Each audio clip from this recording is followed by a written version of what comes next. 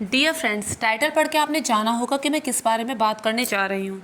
अब मैं अपने वीडियो को आगे बढ़ाती हूँ। तो फ्रेंड्स, जो लोग रखते हैं हर छठ का व्रत, हर छठ की पूजा करते हैं, जिसे कमर छठ भी बोलते हैं, जिसे ललही छठ भी बोलते हैं, जो षष्ठी तिथि को होती है, इसे बलराम जयंती के नाम से भी जाना जाता है। तो सबसे पहला कन्फ्यूज़न ये था कि ये कब है, 24 तारीख को है कि 25 तारीख को है।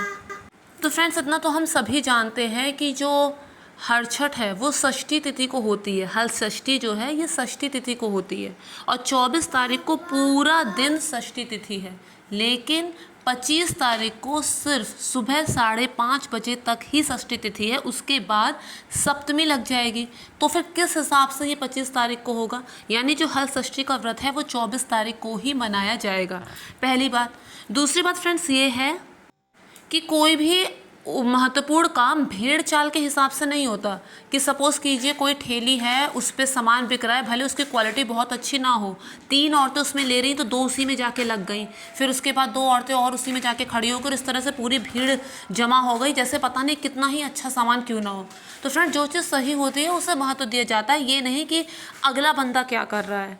और इसके बाद एक बात और आती है कि भगवान श्रद्धा देखते हैं। अब जिसकी जो मान्यता है, जिसने 24 को मान के किया, जिसने 25 को मान के किया, उन्होंने अपने व्रत में तो कोई कमी नहीं की ना। अपनी तरफ से नियमों में कोई चूक ना हो जाए, पूरा प्रयास किया है।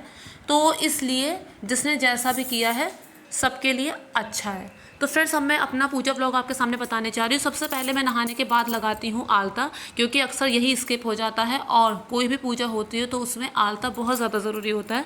तो सबसे पहले मैंने यहाँ पर आलता लगाया। अब एक के बाद मैं एक आपको बताऊँगी कि मैंने किस तरह से इसकी पूजा की है। हर छठ का चित्र मैंने आपको पहले दिखाया था, तो वो चित्र मैंने पहले ही बना लिया था और उसके बाद मैंने उसे दीवार पर लगा दिया है। पहले के समय में क्या होता था कि लोग भैंस के गोबर से दीवार पर चित्र बनाते थे और उसमें आईपन से चित्र बनाते थे और उसमें सिंदूर वगैरह यूज़ करते थे। यहाँ मैंने चूड़ियाँ पहन ली हैं, क्योंकि अक्सर ऐसा होता है कि जो हाथ में हमारे पड़ी हैं 2 चूड़ियाँ वहीं पड़ी रह जाती हैं और हमें चूड़ी चेंज करने का टाइम नहीं मिलता, तो इसलिए मैंने पहले ही चूड़ी आदि पहन ली है। ये मैंने हर छठ का चित्र आपको दिखाया है। हर साल मैं इसी तरह से हर छठ का चित्र कागज़ पर बनाती हूँ और उसके बाद उसे दीवार पर लगा देती हूँ। ये हर छठ मैया का चित्र है। यहाँ पे सूरज चंद्रमा है, बीच में 6 पुतले हैं, यहाँ पेड़ है और ये डोली का हार हैं जो 6 हैं। और यहाँ पे मैंने एक पुतला अंदर सिंदूर का और एक पुतला काजल का बनाया है ये डोली के अंदर। फिर उसके बाद खेत बनाए हैं, इसके बाद मैंने हल बनाया है, मैंने 6 भैंसें और एक गाय बछड़ा बनाया है, ग्वालिन बनाई है जिसके सर पे 6 घड़े हैं। इसके अलावा मैंने यहाँ पर एक नदी भी बनाई है और इसके अलावा जहाँ पे कजरौटी है वो बनाई है। इसके अलावा एक लाल रंग का छोटा सा खिलौना है जैसा बच्चे खेलते हैं। एक पक्षी बनाना था तो मैंने यहाँ पे मोर बना दिया है और जो चीज़ बनती है वही मैंने बनाई है। तो फ्रेंड्स, इस तरह से मैंने हर छठ का चित्र बना लिया था। इनके 6 पैर होते हैं, 2 हाथ ऊपर और यहाँ पे 4 पैर नीचे, 2 यहाँ बीच में हैं और 2 साइड में हैं। फ्रेंड्स, यहाँ पर मैंने आपको दिखा दिया है कि मैंने हर छठ का चित्र कैसे बनाया है। इसके बाद फ्रेंड्स, यहाँ पे मैंने कुंडे जो हैं उनसे पूजा की है। मैंने यहाँ पे 30 कुंडे मंगाए थे। 6 कुंडे मैंने हर छठ मैया के नीचे रखे हैं और इसके अलावा 24 कुंडे मैंने अलग रखे हैं, वो मैं अभी आपको आगे चित्र में दिखाऊंगी। जो बाकी के 24 कुंडे हैं उनमें मैंने भुना हुआ अनाज 6 तरह का उसे रखा है और ऊपर एक मिठाई रख दी है। और इसके अलावा मैंने 6 कुंडों में ड्राई फ्रूट्स और ऊपर एक मिठाई रख दी है। ये 24 कुंडों की बात मैं बता रही हूँ। जो पहली लाइन है 6 कुंडों की, उसमें मैंने ड्राई फ्रूट्स और ऊपर मिठाई रख दी है और इसके अलावा मैंने 6 तरह के भुने अनाज पीछे वाले कुंडों में और उनके ऊपर भी एक मिठाई मैंने थोड़ी मिठाई तोड़ के रख दी है। इसके अलावा जो 6 कुंडे मेन होते हैं जो हर छठ मैया के नीचे रखे जाते हैं, उसमें एक में महुआ है, एक में धान, मुझे धान नहीं मिला था, भुने हुए चावल मिले थे तो मैंने वो रख दिए हैं। एक में सूखा हुआ सिंघाड़ा रखा है, एक में मैंने दही और फसई के चावल रखे हैं, एक में मैंने गरी के टुकड़े रखे और एक में मैंने छुआरे रखे हैं। तो इसी तरह से मैंने 6 कुंडे कुल रखे हैं। 6 पलाश के पत्ते रखे हैं जिसमें मैंने दही चावल मिलाया है। आप आगे जब चित्र आएगा तो आप उसमें देख पाएंगे, जिसमें दही चावल मिला के मैंने 6 पलाश के पत्ते रखे हैं। पास ही में मैंने एक कलश रखा है जिसमें मैंने जल डाल के पलाश की डाल वहाँ पे रखी है और कुशा जो है वो मैंने उगाई है। वो अभी आप आगे वीडियो में देखेंगे।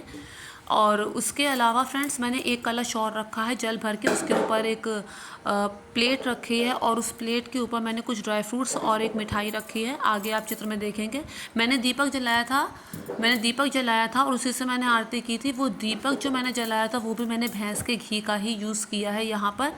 तो इस तरह से मैंने पूजा की थी। बच्चे के 6 खिलौने मैंने यहाँ पर रखे हैं और पूजा में सबसे पहले गणेश जी का ध्यान और फिर गणेश जी की आरती और उसके बाद हर छठ की 6 कथाएं मैंने पढ़ी हैं। मैंने 6 कथाओं वाला वीडियो आपको पहले भी सुनाया था, अगर आप लोगों ने उसे देखा होगा तो, और अगर नहीं देखा है तो अभी आप जाकर उसे देख सकते हैं। फ्रेंड्स, मैं पूजा करते करते वीडियो नहीं बनाती हूँ, एक हाथ में मोबाइल लेकर मुझसे पूजा नहीं होती है।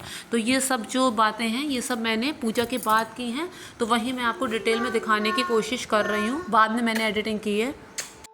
तो अभी आप देख पाएंगे कि मैंने किस तरह से पूजा की है, अभी आप आगे देख पाएंगे। देखिए ये फ्रेंड्स, ये मैंने एक जो कलश है फ्रेंड्स, यहाँ आप देख रहे हैं हर छठ मैया का चित्र है और इनके दोनों तरफ मैंने 3-3 अपने हाथ से छापे बनाए हैं। अईपन जो है मैंने अईपन के हाथ से 3-3 छापे बनाए हैं, 3 इस तरफ 3 इस तरफ। ये मैंने कलश में जो पलाश की डाल है इसको खड़ा किया और ये जो कुशा की डाल है, ये जो कुशा की डाल है मैंने इसको खड़ा किया है। जैसा कि मैंने आपको बताया था, मैंने हर छठ मैया के नीचे ये जो 6 घड़े रखे हैं, छोटे छोटे 6 कुंडे रखे हैं।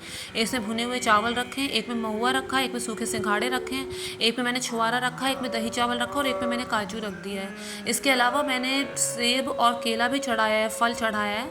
और इसके अलावा मैंने आगे जो 6 पत्ते आपको दिख रहे हैं वो मैंने रखे हैं। इन 6 पत्तों में इसमें से एक पत्ता किसी ने हटा लिया था बाद में, क्योंकि मैंने आपको बताया ना मैंने पूजा के बाद वीडियो बनाया तो उसमें से एक पत्ता तब तक हटाया जा चुका था। तो ये 6 पत्ते जो हैं उसमें दही चावल है। अब आप देख रहे हैं मैंने कुंडों की 4 रोज़ मैंने बनाई हैं, 6-6 की। तो पहली रो में जो ड्राई फ्रूट्स हैं और उनके ऊपर जो मिठाई का एक एक टुकड़ा है, और उसके बाद जो बाकी की जो 3 रोज़ है उसमें भी 6-6 कुंडे, उनमें भुने हुए अनाज है 6 तरह के और उसके ऊपर मिठाई का एक एक टुकड़ा है। और इसके अलावा मैंने बच्चे के छोटे छोटे खिलौने रखे हैं, आपको दिखाई देगा यहाँ पे मैंने साइड में रखे हुए हैं। ये मैंने अखंड दीप जलाया है, ये मैंने भैंस के घी का जलाया है। और इसके अलावा फ्रेंड्स यहाँ पर मैंने बालू का और दही के चावल जो होते हैं, फसई के चावल और दही, उसका टीका लगाया है।